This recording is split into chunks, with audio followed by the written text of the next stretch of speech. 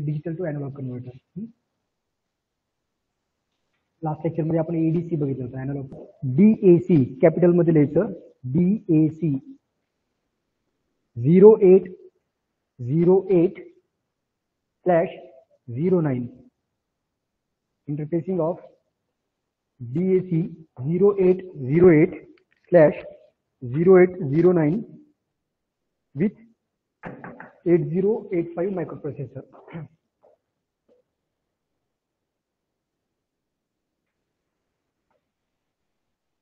Interfacing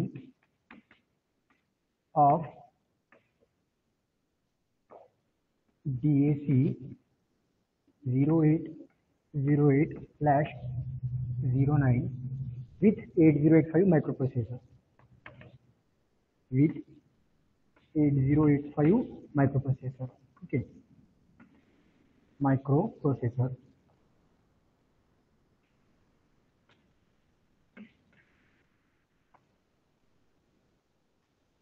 DAC चा long form काय आहे? Digital to analogue converter. Okay. Digital to analogue converter. Okay. Digital to analogue converter. बोर्डवर जे दिलेलं आहे ते लिहून घ्या.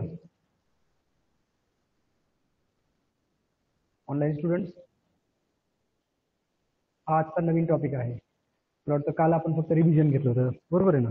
जे रिव्हिजन नाही, जर काही एक्झाम मध्ये प्रश्न विचारला त्याच्यामध्ये काही मॉडिफिकेशन जर असतील, ते मॉडिफिकेशन सोबत कसं डील करायचं ते बघितलं आपण लास्ट लेक्चर मध्ये. हेडिंग लिहिली का? Interfacing of DAC 0808/09 with 8085 microprocessor. ठीक आहे. आता लक्षात घ्या, आपण प्रिव्हियस लेक्चर मध्ये ADC-IC डिस्कस केली, अॅनालॉग टू डिजिटल कन्व्हर्टर. आणि ADC-IC ची गरज काय आहे हे सुद्धा आपण डिस्कस केलं होतं, बरोबर आहे? काय आवश्यकता असते ADC-IC ची?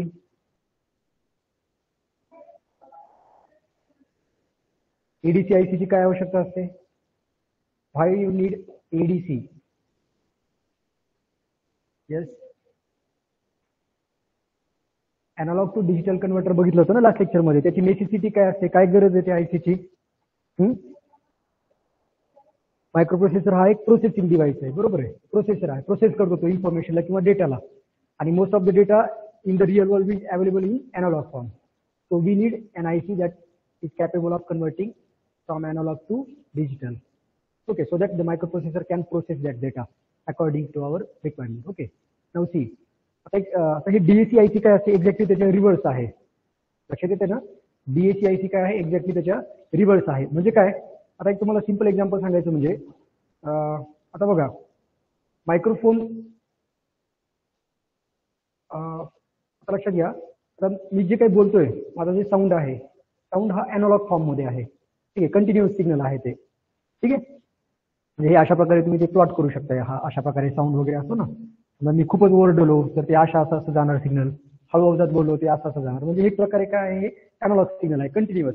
टाइमच्या प्रत्येक इन्स्टंटला काही ना काहीतरी व्हॅल्यू असते. ठीक आहे, जरी मी बोललो तरी काही नाही, तरी शांत असेल इथे, मी लक्षात येते, पण टाइम तर पळायलाय ना. लक्षात, मी काही बोललो जरी नसेल, मॅग्नेट्यूड त्या साऊंडची 0 असेल, पण किंवा काही त्याच्यामध्ये नॉईज असेल, जरी मी शांत असेल तरी तुम्हाला अशा प्रकारे काहीतरी सिग्नल दिसतो त्याच्यामध्ये, म्हणजे त्यामध्ये माईकमध्ये वगैरे नॉईज असेल, म्हणजे कंटिन्युअस सिग्नल आहे. लक्षात येते? आता लक्षात घ्या, व्हेन वी वॉन्ट टू, आता लक्षात घ्या, आपण जनरली काय करतो बघा, कॉम्प्युटर्समध्ये काय करतो, आपण आपला आवाज रेकॉर्ड केला, त्यानंतर त्याच्यावर काही नॉईज रिमूव्हचे इफेक्ट किंवा काही इफेक्ट ऍड करतो किंवा नॉईज रिमूव्हल करतो. म्हणजे एक प्रकारे त्या डेटाला, त्या नॉईजला काय करतो आपण? प्रोसेस करतोय. आणि हे कुठे करतो आपण? कॉम्प्युटरमध्ये, सॉफ्टवेअरच्या हेल्पने, बरोबर आहे? मग त्या ठिकाणी आपल्याला ADC-IC लागते. ADC-IC कशासाठी? अॅनालॉग फॉर्म मध्ये जो साऊंड आहे त्याला डिजिटल फॉर्म मध्ये कन्वर्ट करण्यासाठी ADC-IC ची गरज आहे. मग ठीक आहे. आणि जर समजा आपल्याला स्पीकर रन करायचा असेल तर, मायक्रोप्रोसेसर मध्ये किंवा मेमरीमध्ये जे काही ऑडिओ फाईल सेव्ह आहे ती जर आपल्याला स्पीकरच्या थ्रू, आता ती जी MP3 फाईल किंवा कुठली जी फाईल असेल कॉम्प्युटरच्या मेमरीमध्ये स्टोअर, ती कोणत्या फॉर्म मध्ये आहे? डिजिटल फॉर्म मध्ये, म्हणजे बायनरी फॉर्म मध्ये असते जनरली. लक्षात घ्या, हे 0s 1 वगैरे त्याचं कॉम्बिनेशन असते ती जनरली. आता ती स्पीकरला रन करायचे म्हणजे आपल्याला कोणती आयसी लागेल? आता या ठिकाणी DAC digital to analogue converter आयसीची आवश्यकता आहे. लक्षात आलं का?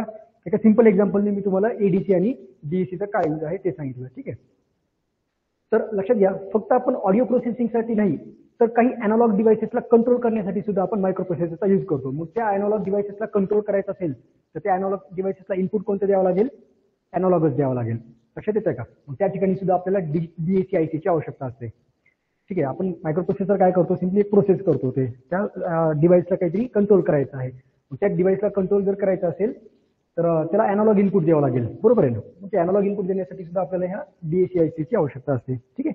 आता बघा इकडे, लक्षात घ्या, आता जे मार्केटमध्ये जे डीएसी आयसी अवेलेबल आहेत डिजिटल टू अॅनालॉग कन्व्हर्टर. आता कॉम्प्युटर स्क्रीनकडे लक्ष द्या. इकडे सगळं दिसते नाही ते इकडे गर्ल्सला बघा. इकडे मार्केटमध्ये जे डीएसी आयसी अवेलेबल आहेत ना ते वेगवेगळ्या कॅटेगरीजनुसार आहेत. आता जसं की इथे बघा, एक करंट आउटपुट आहे, व्होल्टेज आउटपुट आहे. म्हणजे ज्याचं आउटपुट करंट आहे किंवा ज्याचं आउटपुट हो अॅनालॉग व्होल्टेज आहे. लक्षात येतं का? करंट किंवा व्होल्टेज अॅनालॉग सिग्नल आहेत का डिजिटल सिग्नल आहेत? करंट किंवा व्होल्टेज अॅनालॉग सिग्नल आहेत का डिजिटल सिग्नल आहेत? अॅनालॉग आहेत. आपल्याला करंटची वेव्हफॉर्म प्लॉट करायची असेल कसं करतो आपण? आता जनरली आपल्याला माहिती आहे करंट हा सायनोसायडल असतो. आपण जनरली करंट समजा मी सायनोसायडल करंट जर ड्रॉ केला अशा प्रकारे तर हे कंटिन्युअस सिग्नलच आहे. बरोबर आहे का? हे टाइमच्या प्रत्येक इन्स्टंटला काही ना काहीतरी व्हॅल्यू आहे ना इथे. लक्षात येते का? म्हणजे हे एक अॅनालॉग सिग्नलच आहे. राईट. तर डीएसी आयसी आता त्याचं जे आउटपुट असतं ना ते असं नसतं एक्झॅक्टली. ते कोणत्याही फॉर्ममध्ये येऊ शकतं. अशा कोणत्याही फॉर्ममध्ये येऊ शकतं ते, करंट किंवा व्होल्टेजच्या फॉर्ममध्ये. मला लक्षात. जनरली डीसी करंट हे आउटपुट असतं त्याचं, डीसी फॉर्ममध्ये असतो तो करंट. आता लक्षात घ्या, करंट डीसी असेल किंवा एसी असेल तो अॅनालॉग व्होल्टेज किंवा करंट हे काय झाले? अॅनालॉग क्वांटिटीज झाल्या. आता इकडे लक्ष द्या, ते डीएसी आयसी अवेलेबल आहेत. त्या डीएसी आयसी काय करतात? These ICs accept the digital input that is in the form of binary values. Binary व्हॅल्यूजला ऍक्सेप्ट करतो आणि त्या बायनरी व्हॅल्यूजला इक्वॅलेंट अॅनालॉग व्होल्टेज किंवा करंट मध्ये कन्वर्ट करण्याचं काम करते. लक्षात येते? डीएसी आयसी ची नेसेसिटी काय आहे हे आपण एका सिंपल एक्झाम्पलने बघितलं. त्यानंतर डीएसी एक्झॅक्टली आयसी करते काय? It accept the binary input from microprocessor and converts it into analog voltage or current. That is the function of DAC IC. कळालं? नेसेसिटी कळालं? एक्झॅक्टली डीएसी आयसी काय करते हे कळालं? आता पुढे बघा, मग हे कन्वर्जन करण्यासाठी डिजिटलचं अॅनालॉग मध्ये कन्वर्जन करण्यासाठी आपल्याला रेफरन्स व्होल्टेजची आवश्यकता असते.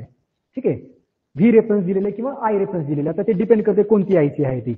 ठीक आहे. मग एक रेफरन्स व्होल्टेजची किंवा एक रेफरन्स करंट सोर्सची आवश्यकता असते त्याच्यामध्ये. ठीक आहे. आणि लक्षात घ्या, त्याच्यामध्ये एक नवीन टर्म आहे बघा, ती म्हणजे रिझोल्यूशन. रिझोल्यूशन म्हणजे कसं डिफाईन केलेलं आहे ते? The smallest possible analogue value that can be represented by n bit binary code that is called the resolution. आता हे रिझोल्यूशन काय आहे ह्या एक्झाम्पल मध्ये मी एक्सप्लेन करतो. प्रत्येक टर्म लक्षात घ्या, जेव्हा आपल्याला एका पर्टिक्युलर ऍप्लिकेशनसाठी डीएसी आयसी, मी तुम्हाला ऑलरेडी सांगितलं डीएसी आयसी भरपूर व्हरायटीच्या मार्केटमध्ये अवेलेबल असतात. आपल्याला कोणती डीएसी आयसी रिक्वायर्ड आहे ती सगळी डिपेंड करते ऍप्लिकेशनवर. म्हणजे त्याची frequency sampling time, frequency sampling, त्याच्यानंतर त्याचं कन्व्हर्जन टाइम, अॅक्युरेसी, अशा वेगवेगळे फॅक्टर्स असतात. आणि रिझोल्यूशन, असे वेगवेगळे फॅक्टर्स असतात ज्या फॅक्टर्सनुसार आपण काय करतो? डीएसी आयसी सिलेक्ट करतो आपल्या ऍप्लिकेशनसाठी. आता पुढे बघा, जर समजा 8 बीट बायनरी इनपुट असेल, आता ही जी आयसी आपल्याला स्टडी करायची आहे आपल्या सिलेबसमध्ये कोणती आहे?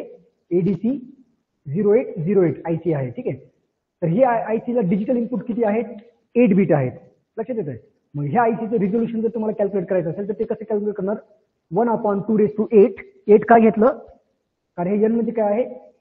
8 बीट इनपुट. किती बीटचं इनपुट देतोय आपण? आपली सिलेबसमध्ये 8 बीट आयसी आहे, त्यामुळे आपण 8 बीट इनपुट देतोय. म्हणून इथे फॉर्म्युला काय येणार? 1/2⁸ multiplied by the reference voltage. ठीक आहे. म्हणजे अॅनालॉग मध्ये कन्वर्ट करण्यासाठी, अॅनालॉग व्होल्टेज किंवा करंट मध्ये कन्वर्ट करण्यासाठी आपल्याला रेफरन्स व्होल्टेज सुद्धा आवश्यक आहे. खूप इझी टॉपिक आहे, आपण हे एक्झाम्पलने समजून घ्या. आता इकडे बघा, लक्षात घ्या, बोर्डवर सांगतो मी. बघा इकडे, आता ही जी आयसी आहे डीएसी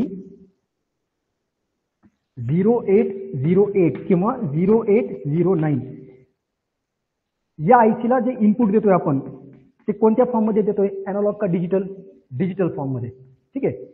मग ही जी डिजिटल म्हणजे बायनरी फॉर्म मध्ये येते, 0 आणि 1च्या फॉर्म मध्ये. ठीक आहे. मग हे आउटपुट किती बीटचं आहे? 8 बीट आउटपुट आहे. लक्षात येते? 8 बीट इनपुट आहे, sorry, this is the 8 bit input. 8 bit input म्हणजे काय? याची रेंज काय असेल? 00H पासून FFH पर्यंत आहे ते देतोय आपण. कसे देतोय म्हणजेच 1 2 3 4 4 टाइम्स 0 हे 8 टाइम्स 0 कारण हे 4 बिट व्हॅल्यू ना, ह्या 0 साठी 4 आणि ह्या 0 साठी 4 पासून आपण कुठपर्यंत देतो इनपुट 1 1 1 1 1 1 1 1 H. एवढेच इनपुट आपण देऊ शकतो. त्याच्या पलीकडे इनपुट देऊ शकतो का आपण ह्या आयसीला? नाही देऊ शकत. का? ही एक 8 बिट आयसी आहे आणि 8 बिट आयसी ची रेंज काय असते? 00 पासून FFH पर्यंत. म्हणजे टोटल किती व्हॅल्यू झाल्या? 256 व्हॅल्यू झाल्या. हे लक्षात येतंय का?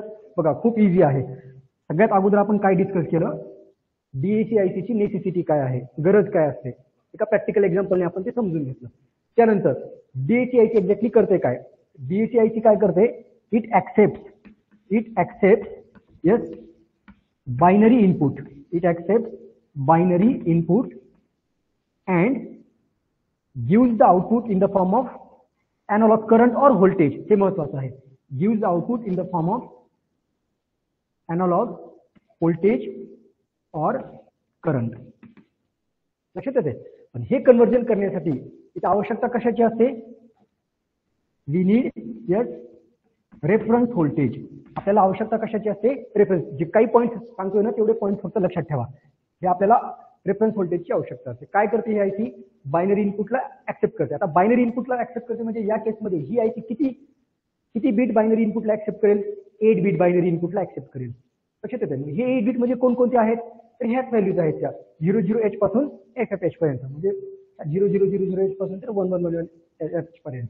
ते बायनरी मध्ये आहे ना, इथे H नाही लिहिलं तर बी लिहावं लागेल मला. बायनरी मध्ये आहे ना. आलं लक्षात? म्हणजे टोटल मॅक्झिमम किती व्हरायटीज देऊ शकतो मी इथे? 256 एवढेच इनपुट पॉसिबल इनपुट आहेत. ह्याच्या पलीकडे आहेत का?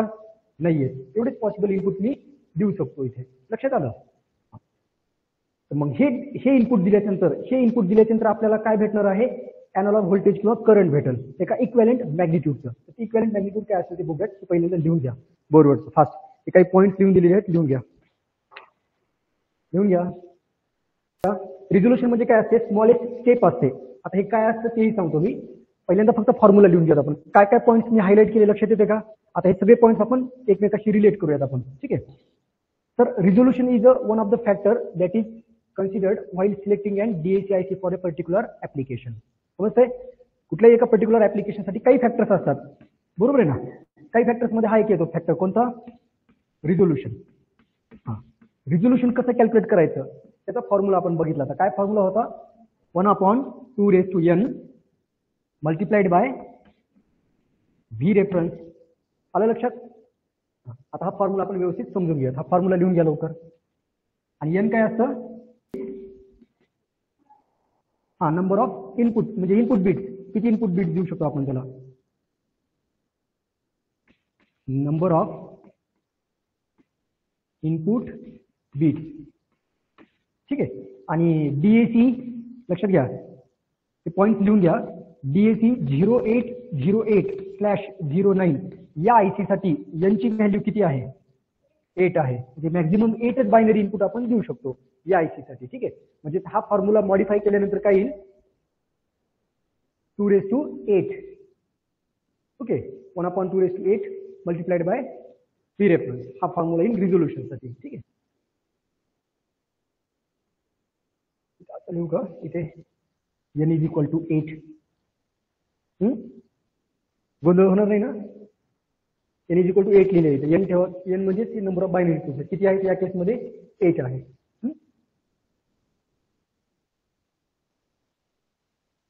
झालं का लिहायचं? बोर्डवरचं लिहून घ्या लवकर.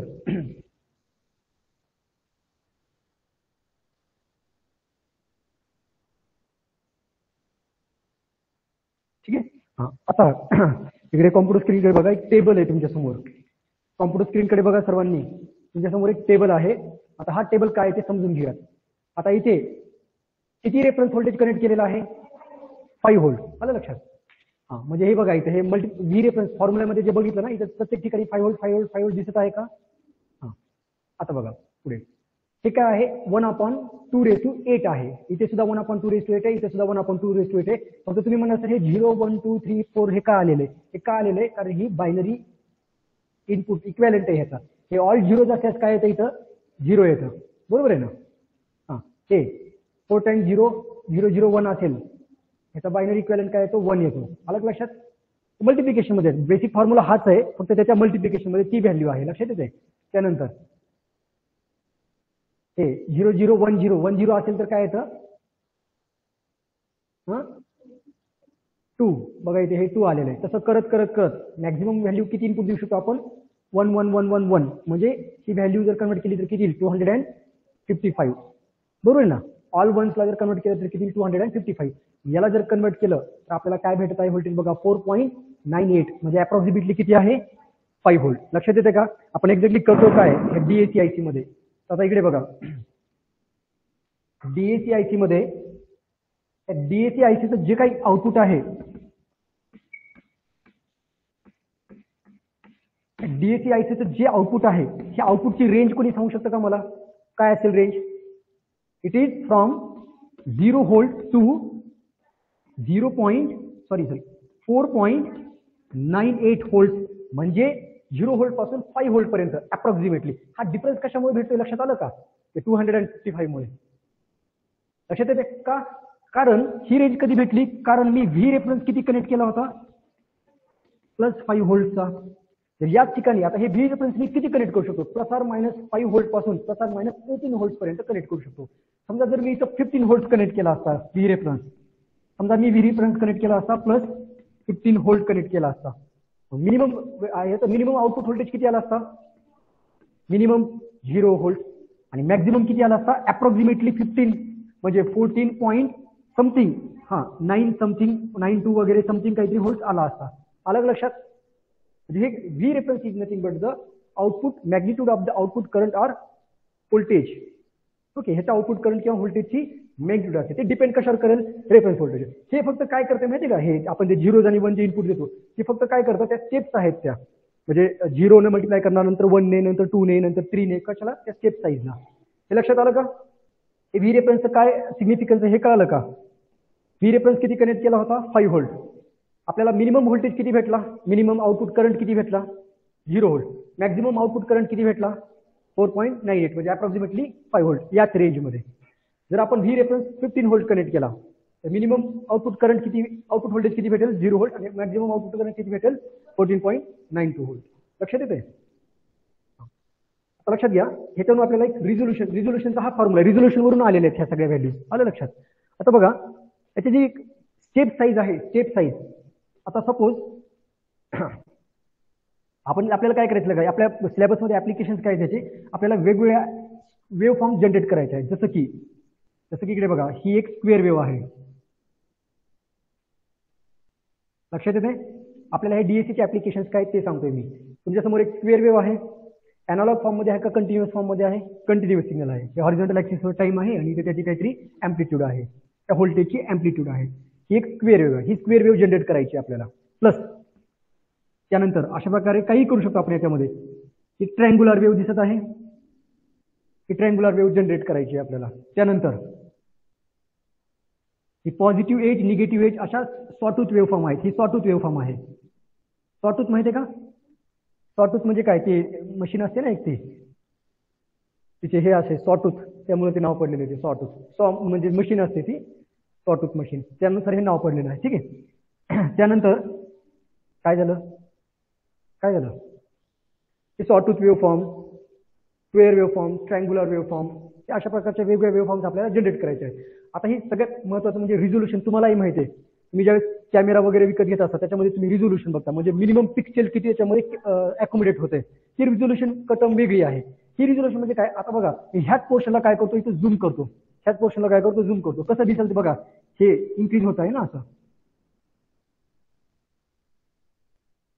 झूम केल्यानंतर हे असं दिसेल का, ही स्टेप साईज झाली का. हे बघा ह्या एवढ्याच पोर्शनला मी झूम केले. लक्षात येते का, एवढ्याच पोर्शनला फक्त मी झूम केलेलं आहे. ही स्टेप साईज आहे. म्हणजे लक्षात घ्या, सुरुवातीला व्होल्टेज किती होता 0 व्होल्ट. नंतर मी इथं कधी हे इनपुट झाला, ज्यावेळेस मी ह्याला सगळे 0 0 0 0 इनपुट दिला त्यावेळेस व्होल्टेज किती होता 0 व्होल्ट. नंतर मी व्होल्टेज दिला 0.0001, त्यावेळेस मला आउटपुट व्होल्टेज किती भेटला 0.0195, म्हणजे इथे ती व्हॅल्यू असेल 0.0195. आलं लक्षात. त्यानंतर मी इनपुट दिला 002, पुढची व्हॅल्यू काय असेल 0.039, 0.039 असं करत करत सगळ्यात हायेस्ट ही व्हॅल्यू काय असेल 4.98 व्होल्ट असेल. लक्षात येते का? लक्षात येते का? हीच वेव्हफॉर्म आहे. म्हणजे तुम्ही लक्षात घ्या ना, असं झूम केल्यानंतर ही स्टेप साईज भेटली आपल्याला. आलं लक्षात? हा, म्हणजे ही एक स्टेप कितीची आहे 0.195 ची आहे.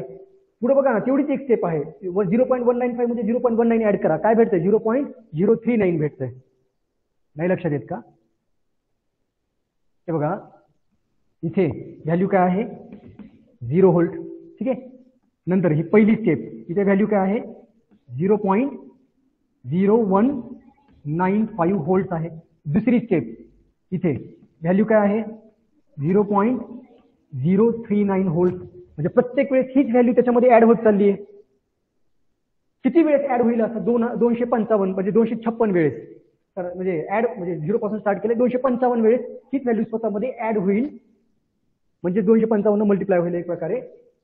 तर त्यावेळेस आपल्याला काय भेटेल, ह्या व्हॅल्यूला 255 ने मल्टिप्लाय करून बघा बरं काय येतंय. 255 मल्टिप्लाय करा, हे तर भेटतंय का बघा. हे भेटतं का बघा. भेटायलाच पाहिजे.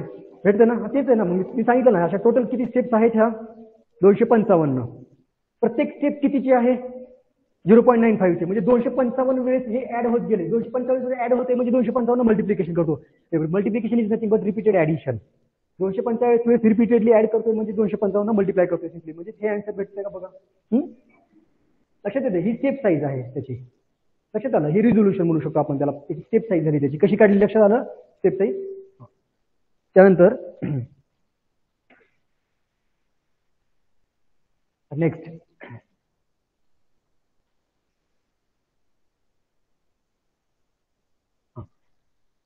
ही पिन डायग्राम बघा. किती पिनची आयसी आहे 16 पिन आयसी आहे. कोणकोणत्या पिन दिसतात एकदा केअरफुली बघा इथे. लक्ष द्या इकडे, लक्ष द्या इकडे. VCC and ground. This here we connect the DAC 080 IC to the supply. सप्लायला कनेक्ट करण्यासाठी मग ह्या आयसीला स्वतःला ऑपरेट करण्यासाठी काहीतरी सप्लायची आवश्यकता आहे. मग तो सप्लाय कुठं कनेक्ट करतो आपण VCC आणि ग्राउंडला. लक्षात येते, ह्या आयसीला ऑपरेट होण्यासाठीचा सप्लाय आहे तो. जे काही रेफरन्स व्होल्टेज आहे तर ते रेफरन्स व्होल्टेज आपण इथं कनेक्ट करतो पिन नंबर 14 आणि पिन नंबर 15 ला. इकडे बघा, कॉम्प्युटर स्क्रीनकडे बघा सगळ्यांनी, ऑनलाईन स्टुडंट्स. VCC आणि ग्राउंडला सप्लाय कनेक्ट करायचा. प्लस आणि मायनस इथे काय कनेक्ट करतो आपण रेफरन्स व्होल्टेज. आपण बघितलं ना आता 5 व्होल्ट 15 व्होल्ट ते रेफरन्स व्होल्टेज कनेक्ट करायचं ते असतं इथं. त्यानंतर युजली आता जनरली आपण काय करतो, ही निगेटिव्ह व्होल्टेजला कनेक्ट करता येते, पण आपण जनरली ह्याला काय करत असतो ग्राउंडला कनेक्ट करत असतो. अलग लक्षात. म्हणजे आपल्याला पोटेन्शियल आणि समजा ही मी ह्या पॉझिटिव्हला काय केलं 5 व्होल्टला कनेक्ट केलं. लक्षात घ्या इकडे, त्याला मी 5 व्होल्टला कनेक्ट केलं आणि ह्या निगेटिव्ह व्होल्टेजला काय केलं 0 व्होल्टला कनेक्ट केलं. आपल्याला रेफरन्स व्होल्टेज किती भेटतो 5 व्होल्ट. लक्षात येतं का, रेफरन्स व्होल्टेज किती भेटतो आपल्याला 5 व्होल्ट. आणि जर त्याच ठिकाणी समजा मी काय केलं लक्षात घ्या, याला जर मी समजा 5 व्होल्टला कनेक्ट केला प्लस 5 व्होल्टला, ठीक आहे, याला मी कनेक्ट केलं प्लस 5 व्होल्टला आणि याला जर समजा मी कनेक्ट केलं मायनस 5 व्होल्टला, नाही 0 नाही 5 मायनस मायनस प्लस होईल म्हणजे 10 व्होल्ट भेटतं इथे. मग ते मल्टिप्लिकेशन मध्ये 10 येईल तिथे. नाही लक्षात येत. अरे ठीक आहे राहू द्या, तेवढं काही नाही, तेवढं पण ऍडव्हान्स मध्ये जायची गरज नाही, उगाच सांगितलं मी. बरं ठीक आहे, लक्षात घ्या इकडे. मी काय म्हणलं एक्झाम्पल मध्ये व्ही रेफरन्स त्याला आपण कुठं कनेक्ट केलंय प्लस 5 व्होल्टला. ठीक आहे, जो काही रिझोल्युशनचा फॉर्म्युला आला होता, काय होता formula, resolution is equal to 1/2⁸ multiplied by V reference. V reference किती आला होता, जर कधी लक्षात घ्या मी ह्या पॉझिटिव्हला, हा पॉझिटिव्ह आहे आणि हा निगेटिव्ह आहे, याला 5 व्होल्टला आणि याला 0 व्होल्टला कनेक्ट केलं तर इथे ही व्हॅल्यू काय येईल 5. म्हणजे 5 मायनस 0, 5 मायनस 0 काय येईल 5. म्हणून मी म्हणतो जनरली आपण ह्या निगेटिव्हला काय करतो 0 ला कनेक्ट करतो. इथे जर समजा मी 15 ला कनेक्ट केलं तर 15 होईल. ठीक आहे, समजा जर इथे हे प्लस 5 व्होल्टला कनेक्ट केलेलं आहे आणि हे कनेक्ट केलंय मायनस 5 व्होल्टला, मग काय होईल हे प्लस 5 मायनस मायनस 5 म्हणजे हे 5 plus 5 will be equal to 10. इथे मला घ्यावं लागेल 10. आलं लक्षात? एवढंच चेंज आहे हा. बघा पिन डायग्राम कडे बघा आता कनेक्ट केलेला असतो जनरली. ठीक आहे, एक कॉम्पन्सेशन साठी इथं कॅपॅसिटर कनेक्ट केलेला असतो. त्यानंतर इनपुट पिन्स किती पाहिजेत? डिजिटल पाहिजेत का अॅनालॉग पाहिजेत? डिजिटल. किती डिजिटल इनपुट पिन पाहिजेत? 8. कोणकोणत्या आहेत त्या? बघा इकडे, हे A1 पासून A4 पर्यंत आणि A5 पासून A8 पर्यंत ह्या काय आहेत? डिजिटल इनपुट पिन्स आहेत. किती इनपुट पिन्स आहेत? टोटल 8. लक्षात येते? आणि एक अॅनालॉग आउटपुट पिन पाहिजे. तर ती कोणती पिन आहे? ही पिन नंबर 4. इथं काय दिलेलं आहे? I_0. याचा अर्थ ह्या डिजिटल आयसीचं आउटपुट काय आहे? करंट आहे का व्होल्टेज आहे? करंट आहे. लक्षात येते? The output of DAC 0808 is analogue current. Okay, हे एक लक्षात घ्या. हे का सांगितलंय लक्षात घ्या, कारण ज्यावेळेस आपण इंटरफेसिंग डायग्राम बघू ना, तर त्या इंटरफेसिंग डायग्राम मध्ये एक ऑप एम्प आयसी यूज केलेली आहे. ती करंट टू व्होल्टेज कन्व्हर्टरचं काम करते. That acts as a current to voltage converter. पुढे बघा आता इथे, आता ही डायग्राम केअरफुली बघा. ही इंटरफेसिंग डायग्राम आहे. एक्झाम मध्ये जर क्वेश्चन विचारला तर ही इंटरफेसिंग डायग्राम तुम्हाला ड्रॉ करावी लागेल थेरी एक्झाम मध्ये. ठीक आहे, बघा आता इथे काय काय दिलेलं आहे. Here we connect the microprocessor to port IC 8255. हे कनेक्शन बघायची गरज आहे का? नाही. याच्यामध्ये महत्वाचं काय आहे आपल्याला, त्यामुळे इथं काय केलेलं बघा, फ्रॉम मायक्रोप्रोसेसर फक्त एवढंच दिलेलं आहे तिथे. आणि जेवढ्या इम्पॉर्टंट पिन्स आहेत ना, फक्त तेवढ्या इम्पॉर्टंट पिन्सच हायलाइट केलेले आहेत. महत्वाचं काय बघा, ही जी पोर्ट IC आहे 8255, ह्या पोर्ट ICचा पोर्ट A ला as a output port configure करावं लागेल. कशासाठी? अरे आपण काय करतोय नीट लक्ष द्या. डिजिटल इनपुट देतोय त्या DAC IC ला आणि आउटपुट भेटतंय आपल्याला डिजिटल फॉर्म मध्ये. म्हणजे इथून जी व्हॅल्यू देणार ना आपण 00 किंवा 11 जी काही व्हॅल्यू पाहिजे ती आपण कुठून देतोय? मायक्रोप्रोसेसर पासून, प्रोग्रामिंगच्या थ्रू. लक्षात येते का? हे बघा 00H पासून FFH पर्यंत ह्या व्हॅल्यूज कोणत्या फॉर्म मध्ये आहेत? ह्या व्हॅल्यू बायनरी फॉर्म मध्ये. हे बायनरी इनपुट आपण याला देतोय, म्हणून या पोर्ट A ला as a output port configure करावं लागेल. लक्षात येते का? लक्षात येते का?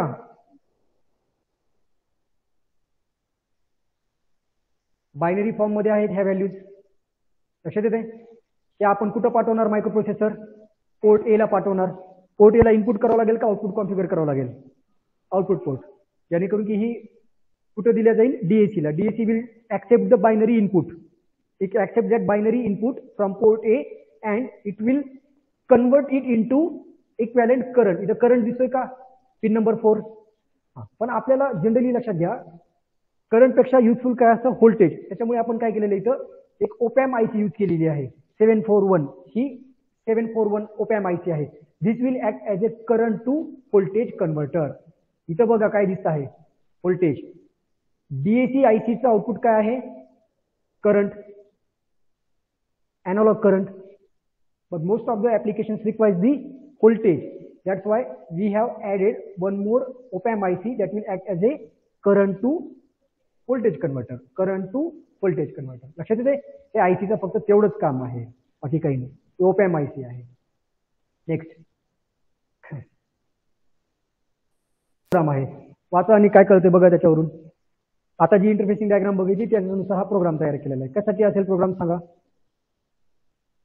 आपल्या इंटरफेसिंग डायग्राम नुसार port A, port B, port C 3 port आहेत 8255 मध्ये. कोणता पोर्ट यूज केला आपण? फक्त पोर्ट A. आणि पोर्ट B आणि पोर्ट C डोंट केअर मध्ये जातात. पोर्ट A ला as a output port configure करण्यासाठी कोणती व्हॅल्यू आली इथे? ATH. कोणती व्हॅल्यू आलेली आहे? ATH. Okay, this ATH value is sent to the control word register of 8255 in order to initialize port A as an output port, port B and port C are in the don't care. They are don't care simply. त्यांची काय value असेल ते काही फरक पडत नाही, कारण कनेक्शनच केलं नाहीत ना तिथे आपण. लक्षात? हा, जी काही व्हॅल्यू आपल्याला आता कन्वर्ट करायची डिजिटल फॉर्म मध्ये, ती पहिल्यांदा अॅक्युम्युलेटर मध्ये लोड करावं लागेल आणि अॅक्युम्युलेटरच्या नंतर कुठे पाठवावी लागेल? पोर्ट A ला पाठवावी लागेल. लक्षात येते का? हा प्रोग्राम कुठे लिहितोय आपण? हा प्रोग्राम कुठे लिहितोय आपण? मायक्रोप्रोसेसर मध्ये. लक्षात येते? मग जी काही व्हॅल्यू आपल्याला डिजिटल फॉर्म मध्ये कन्वर्ट करायची ती कुठे स्टोअर करावं लागेल, मायक्रोप्रोसेसरच्या अॅक्युमुलेटर मध्ये. आणि अॅक्युमुलेटर कुठं, अॅक्युमुलेटरच्या नंतर ती व्हॅल्यू कुठं पाठवावी लागेल, पोर्ट एला. पोर्ट एला का, कारण पोर्ट एला तर DAC-IC कनेक्ट केलेली आहे. लक्षात येते का, बघा इथे हा पोर्ट ए आणि ह्या पोर्ट एला DAC-IC कनेक्ट केलेली आहे. त्यामुळे जे काही इथं प्रोग्रामिंग नुसार आपल्या जे काही व्हॅल्यूज असतील त्या व्हॅल्यूज आपण डायरेक्टली पाठवणार इथं पोर्ट एला. लक्षात येते. नेक्स्ट, ह्या वेव्ह फॉर्म आपल्याला जनरेट करायचे आहेत सिम्पली. तुमच्या सिलेबस मध्ये पण हेच ऍप्लिकेशन आहेत, एक्झाम मध्ये विचारलं तरी यापैकीच ऍप्लिकेशन विचारतील. कोणकोणत्या वेव्ह फॉर्म्स आहेत बघायचे. कोणती वेव्ह फॉर्म दिसते ही, आणि ह्या सगळ्या लक्षात घ्या, ह्या सगळ्या युनिडायरेक्शनल म्हणजे DC फॉर्म मध्ये आहेत. AC कधी म्हणतो, जर त्याच्यामध्ये निगेटिव्ह व्हॅल्यू असेल तरच. लक्षात येते का. समजा तर तुम्हाला हे माहिती आहे का, बघा इकडे, समजा हे बघा इकडे ही रेफरन्स व्हॅल्यू आहे. ठीक आहे, इकडे पॉझिटिव्ह व्हॅल्यूज आहेत, इकडे निगेटिव्ह व्हॅल्यूज आहेत. मी अशी एक वेव्ह फॉर्म ड्रॉ करतो. DC आहे का AC आहे ही, DC आहे का AC आहे, DC आहे. लक्षात येते, कारण याच्यामध्ये निगेटिव्ह पोर्शन अबसेंट आहे. बरोबर आहे, म्हणजे माहिती आहे तुम्हाला डिफरन्स सारखं. ही वेव्ह फॉर्म पण DCचा असेल, DC आउटपुट असेल. लक्षात येते. आता पुढे बघा, स्क्वेअर वेव्ह आपल्याला जनरेट करायची. त्यानंतर रेक्टँग्युलर वेव्ह दिसत आहे का, म्हणजे स्क्वेअर वेव्ह कधी म्हणतो आपण, स्क्वेअर म्हणजे काय असतं, म्हणजे ऑन टाइम आणि ऑफ टाइम जर इक्वल असेल तर त्या ठिकाणी काय झाले स्क्वेअर वेव्ह. हे लक्षात घ्या, हे प्रोग्रामिंग मध्ये सगळे पॉईंट्स लागणार आहेत. ऑन टाइम आणि ऑफ टाइम म्हणजे हे डिले, इथे जे आपल्याला डिले जनरेट करायचं आहे ना, लक्षात घ्या हा डिले आहे. इथे हे पोर्शन दिसतोय ना, हे डिले साठी आहे. तर हा डिले सेम ड्युरेशनचा असेल तर स्क्वेअर वेव्ह भेटते. रेक्टँग्युलर वेव्ह कधी भेटेल, ऑन टाइम आणि ऑफ टाइम जर डिफरंट असतील तर. लक्षात येते. इथे बघा, for a very short duration of time it is on and this is off for a higher amount of time as compared to the on time. Okay, next हे sawtooth waveform आहे. आता सांगितलं होतं ना sawtooth waveform. बघा सुरुवात कुठून झाली, 0 पासून. इकडे हे एक रॅम्प सिग्नल दिसत आहे का, रॅम्प सिग्नल हे मॅक्सिमम कडे जाईल आणि मॅक्सिमम कडे झाल्यानंतर पुन्हा इमिडिएट त्याच्यामध्ये कोणती व्हॅल्यू लोड होईल, 0. लक्षात येते. मग अशा प्रकारे आपल्याला वेव्हफॉर्म भेटते. ही ट्रायंगुलर वेव्ह आहे आणि ते निगेटिव्ह कनेक्ट करावं लागेल. त्यानंतर इथे निगेटिव्ह दिली ना त्यासाठी, तर हे त्यानंतरचे प्रोग्राम्स आहेत. फक्त सॉटूथचा सॉरी हा स्क्वेअर वेव्हचा प्रोग्राम आपण फक्त समजून घेऊयात, बाकीचे इझी आहेत समजण्यासाठी. बघा हे पहिले इन्स्ट्रक्शन्स कशासाठी यूज केलेले आहेत, पहिले इन्स्ट्रक्शन्स बघा कशासाठी यूज केलेले आहेत. पहिले दोन instruction MVI ATH out CWR, port A ला as a output port use करण्यासाठी. पोर्ट बी आणि port C don't care. Very good, don't care मध्ये आहे. त्यानंतर आता हे बघा, हे लॉजिक समजणं फार महत्वाचं आहे. फक्त हे 4च लाईन्स आहेत. ठीक आहे, पहिल्यांदा ह्या 2 लाईन समजू आणि नंतर त्या पुढच्या 2 लाईन समजू. MVI अॅक्युमुलेटर मध्ये कोणती व्हॅल्यू लोड केली आहे, 0, आणि कुठे पाठवली आहे ती व्हॅल्यू, पोर्ट ए ला. काय होईल लक्षात घ्या, इकडे अॅक्युमुलेटरला 0 व्हॅल्यू पाठवली आणि ती व्हॅल्यू पाठवली पोर्ट ए ला, म्हणजे 0 म्हणजे ही व्हॅल्यू असेल आउटपुट व्होल्टेजची. लक्षात घ्या, आउटपुट व्होल्टेजची 0 व्होल्ट व्हॅल्यू आहे आणि इथं व्हॅल्यू किती आहे, सपोज आपण घेऊयात 4.98 व्होल्ट आहे. 0 व्हॅल्यू लोड केली, कुठे व्हॅल्यू पाठवली ती, पोर्ट ए ला. डिले दिलेला आहे, डिले दिल्यामध्ये ही 0 व्हॅल्यू ठेवली आहे. ही 0 व्हॅल्यू किती वेळासाठी, किती ड्युरेशनसाठी होल्ड करून ठेवायची आहे, त्याला म्हणतात डिले. समजा मी हे 1 सेकंदासाठी होल्ड करून ठेवलं, हे 1 सेकंदासाठी होल्ड करून ठेवली आहे, मग तो डिले काय झाला, 1 सेकंदाचा झाला. आता 1 सेकंदाच्या नंतर कोणती व्हॅल्यू लोड केली आहे बघा, FFH. FFH म्हणजे कोणती व्हॅल्यू आहे करंटची. FFH जरी मी इनपुट दिलं तर मला आउटपुट मध्ये काय कोणता व्होल्टेज भेटतो, 4.98, म्हणजे इमिडिएटली त्याच्यामध्ये ही व्हॅल्यू जाईल. आता एकदा काय त्याच्यामध्ये FF ही व्हॅल्यू आहे, आता ही व्हॅल्यू सुद्धा मला होल्ड करायची आहे. किती ड्युरेशनसाठी, एका पर्टिक्युलर ड्युरेशनसाठी, त्याला डिले म्हणूयात आपण. इथे मी 1 सेकंड समजण्यासाठी म्हणलं होतं, इथे डिले म्हणूयात आपण. लक्षात येते का, हा जो डिले आहे सेम डिलेसाठी मला इथे सुद्धा 1 ही व्हॅल्यू सुद्धा होल्ड करायची, म्हणजे 4.98 ही व्हॅल्यू सुद्धा होल्ड करायची. लक्षात येते. समजा 1 सेकंदाचा डिले आहे, तो डिले संपल्याच्या नंतर पुन्हा हाच प्रोग्राम रिपीट करायचा आहे, म्हणजे पुन्हा त्याच्यामध्ये 0 लोड करायची, एका पर्टिक्युलर ड्युरेशनसाठी होल्ड करायचं, पुन्हा त्याच्यामध्ये 1 व्हॅल्यू लोड करायची, सॉरी 1 FFH ही व्हॅल्यू लोड करायची, त्यानंतर पुन्हा ती होल्ड करायची. असं कंटिन्यू जर करत गेलं तर मला काय भेटते इथे? स्क्वेअर वेव्ह भेटत आहे का? अशा प्रकारे हे स्क्वेअर वेव्ह जनरेट करतात. लक्षात येईल? सुरुवातीला कोणती व्हॅल्यू लोड केली? 0 0. ती व्हॅल्यू फक्त लोड करून चालेल का? नाही, त्याच्यामध्ये एक डिले द्यावा लागेल आपल्याला. डिले कशासाठी? ह्या 0 व्हॅल्यूला होल्ड तर करून ठेवावं लागेल काही सेकंडसाठी.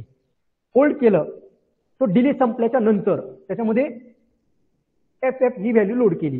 ठीक आहे, लोड केली. आपल्याला आउटपुट व्होल्टेज किती देत आहे त्यानं? 4.98 व्होल्ट. ह्या 4.98 व्होल्टला सुद्धा होल्ड करून ठेवावं लागेल तेवढ्याच डिलेसाठी. म्हणून पुन्हा एकदा डिलेचा प्रोग्राम पुन्हा रिपीट. आता इथून पुढे रिपीट. एवढी वेव्हफॉर्म भेटली तर बस झालं की पुढचं आपण लूप मध्ये टाकलं तर ते ऑटोमॅटिक करत राहते. प्रत्येक एवढ्या वेव्हफॉर्म साठी आपल्याला लिहायची बसायची गरज आहे का प्रोग्राम? एकदा इन्स्ट्रक्शन लिहिले नंतर हे लूप मध्ये टाकून त्या इन्स्ट्रक्शन पुढचं ऑटोमॅटिकली भेटत राहतं आपल्याला. लक्षात येते? बघा आता त्यानुसारच प्रोग्राम कसा लिहिलेला आहे. पहिले दोन इन्स्ट्रक्शन समजले का? पहिल्या दोन इन्स्ट्रक्शन मध्ये काय केलं इथे? त्या पहिल्या दोन इन्स्ट्रक्शन्स मध्ये फक्त इनिशियलायझेशन केलेलं आहे. 8255 आयसीचं इनिशियलायझेशन केलेलं आहे. कसं इनिशियलायझेशन केलंय? पोर्ट ए ला आउटपुट पोर्ट. नंतर हे दोन इन्स्ट्रक्शन समजून घ्या. आता हे दोन काय केलं इथं? पोर्ट ए ला 00 व्हॅल्यू सेंड केली आहे. लक्षात येते? जेणेकरून की आपल्याला आउटपुट व्होल्टेज किती भेटेल? आउटपुट व्होल्टेज किती भेटेल? 0 व्होल्ट एवढा आपल्याला आउटपुट व्होल्टेज भेटेल. लक्षात येते? त्यानंतर डिलेला कॉल केलं.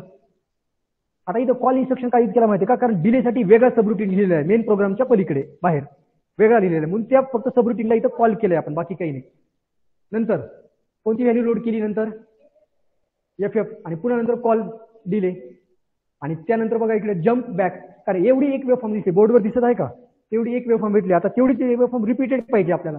त्यासाठी काय केलंय? अनकंडिशनल जम्प दिलेला आहे. Unconditional jump to the label back.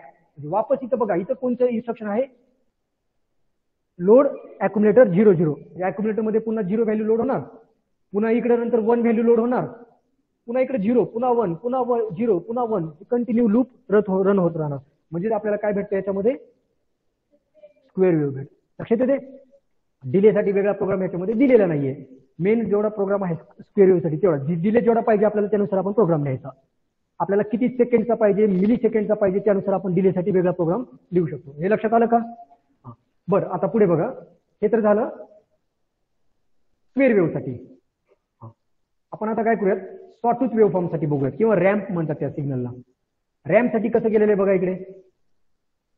Ramp साठी कसं केलेलं आहे बघा इन्स्ट्रक्शन्स मध्ये. पहिल्यांदा काय केलं आपण पहिल्या दोन इन्स्ट्रक्शन्स मध्ये? सांगा. बोर्डकडे लक्ष द्या आणि त्या सायमल्टेनियसली त्या स्क्रीनकडे पण बघा. बोर्डकडे लक्ष द्या. हा,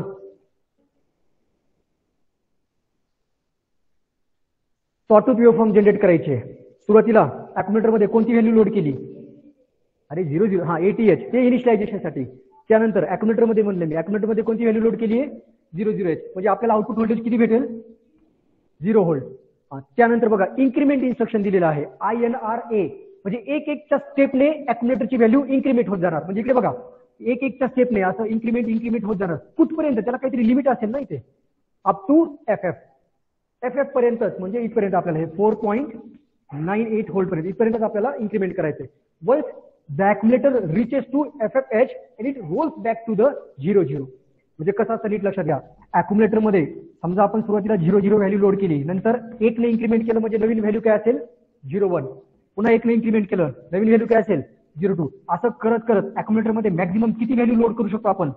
FFH. आता याच्यामध्ये जर पुन्हा एकदा 1 ऍड केला तर वापस काय भेटतं माहितीये का?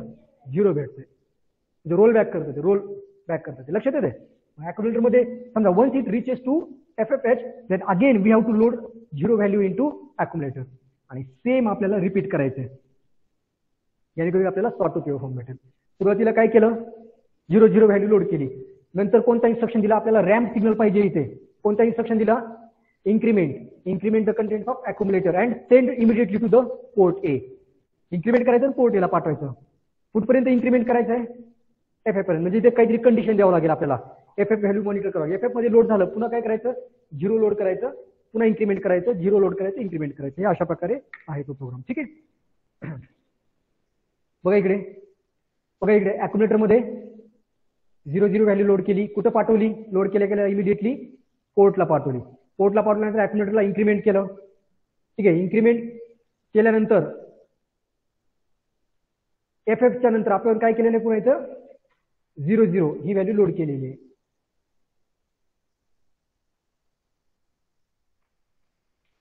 इथे एक कंडिशन दिली नाही, हा प्रोग्राम चुकलाय हा, दुसरा प्रोग्राम येतो, हा चुकलाय प्रोग्राम.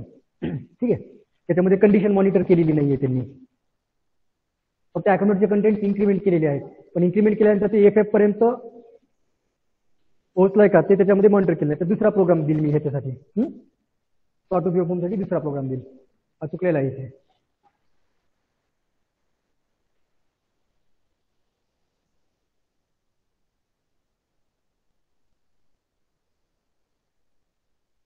प्रोग्राम तुम्हाला एरर देणार नाही, इन्स्ट्रक्शन करेक्ट आहेत सगळे, फक्त आउटपुट कसं भेटेल ते सांगा.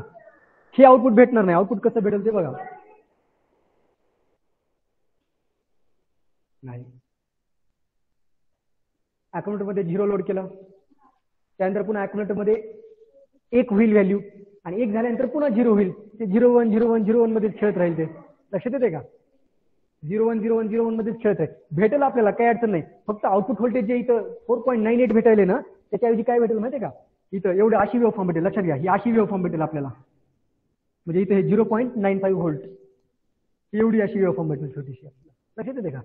आपल्याला हे इथपर्यंत पाहिजे ना, 4.98 पर्यंत, हे आउटपुट होईल त्याचं, बघा लक्षात येते का? ऍक्च्युली हे काय केलेलं मी, हे बघा, हे मला थोडं सगळं कसं आपल्या सिलेबस नुसार भेटले म्हणून मी हे नेटवरची घेतली होती कॉपी, ही व्हेरीफाय केली होती. ठीक आहे, व्हेरीफाय झाली, काय अडचण नाही, दुसरा प्रोग्राम आहे, मी देईल तुम्हाला. हे लक्षात आलं का, हे आउटपुट कसं भेटतं आपल्याला त्याच्यामध्ये, प्रोग्राम रन आउटपुट देईल, काही अडचण नाही, फक्त बरोबर देईल का चुकीचं देईल